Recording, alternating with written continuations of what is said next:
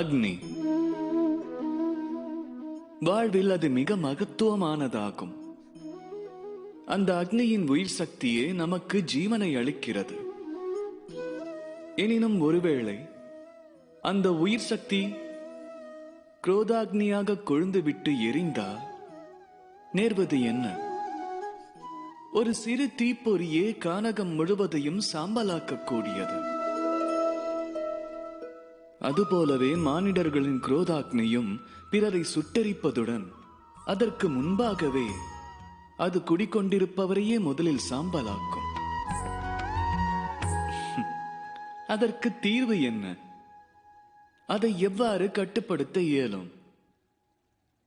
அதை அணைக்க நீரை சேர்க்க வேண்டும். நீரைப் போல அது பாய்ந்து ஓடட்டும். எவ்விதம் தகிக்கும் ஆதவன் தனது அக்னியை கதிர்களாக தம்மிடம் சேர்ப்பது போல. அதுவே வேறுபாடு.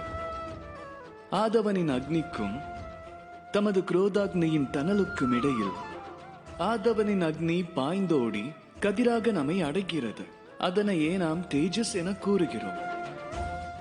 மறுபுறமோ தமது குரோதாக்னி எந்தவித எல்லைகளும் அற்றது.